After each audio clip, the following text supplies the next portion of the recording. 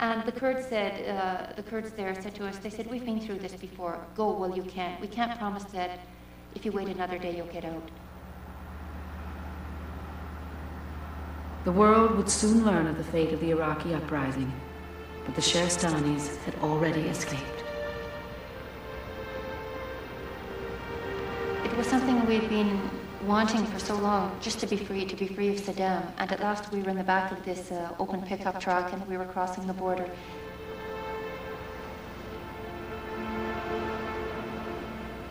That moment that I understood that we are really now in Iran and we have fled Iraq. And it was a very good moment. I was very happy that time, and it was one of the best moments in my life until I understand that we can't return to Iraq anymore. Then I realized that we're living forever, and at that moment I really felt that before that I was always thinking that I would be very happy to leave Iraq, but at that moment I realized that we'd left and I wasn't so happy to leave it. I really missed my friends and everything. And I still have the feeling I'll never see them anymore. So, although I was laughing all the time, but I was sad.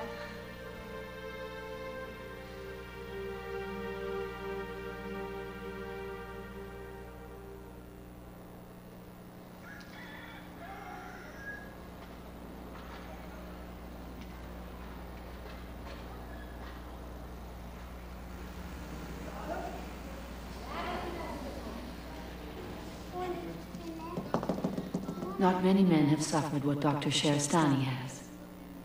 He believes not many are so blessed with a second chance and a new life.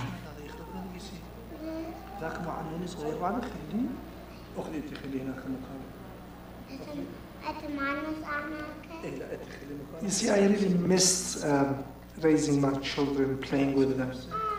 I really missed them completely. When I got out of prison, the youngest was as tall as me. So I felt that I really wanted a child to grow up with me. That, you know, we grew up together, if you like.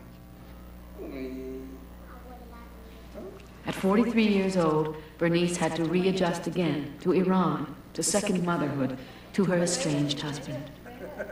But they found a way.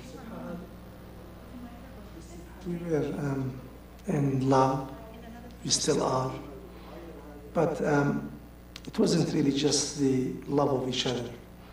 It was the commitment. It was a respect for what we thought was right.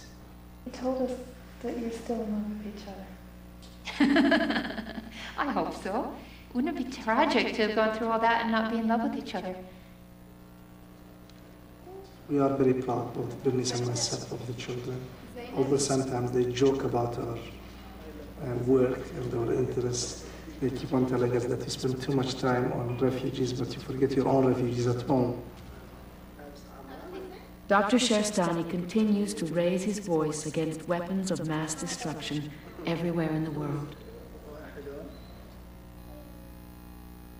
No, I feel very strongly that the nuclear weapons should be destroyed. There is no need for such weapons. There is no need to force millions of people into submission or death.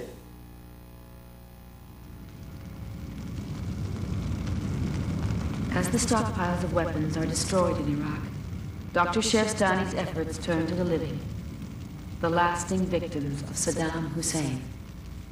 The world is so concerned about weapons of mass destruction, and rightly so. And yet, not on a single occasion, they have sent a team to look at the Iraqi prisons, at the mass graves, at the destroyed marshes, at the burned villages. I think it's really very, very inhuman for the world to be so much interested in weapons that may potentially be use to kill off people, and yet let the same people be killed daily without showing any interest in them.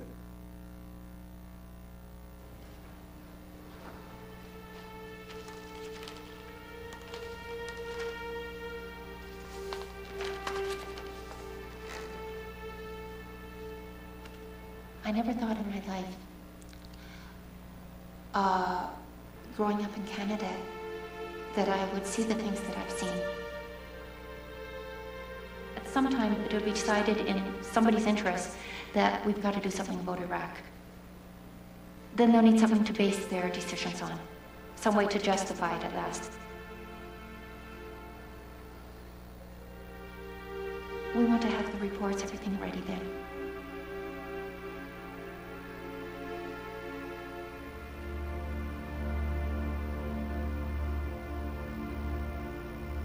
The Shahrestanis are out of Iraq, in safe waters now. They've come out of the fire.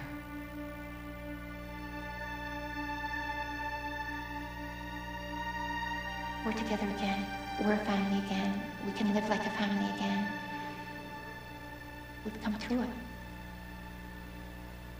We've come through it. We're together again. Their story will end the day Iraq is free. Their journey will be over when they can go home.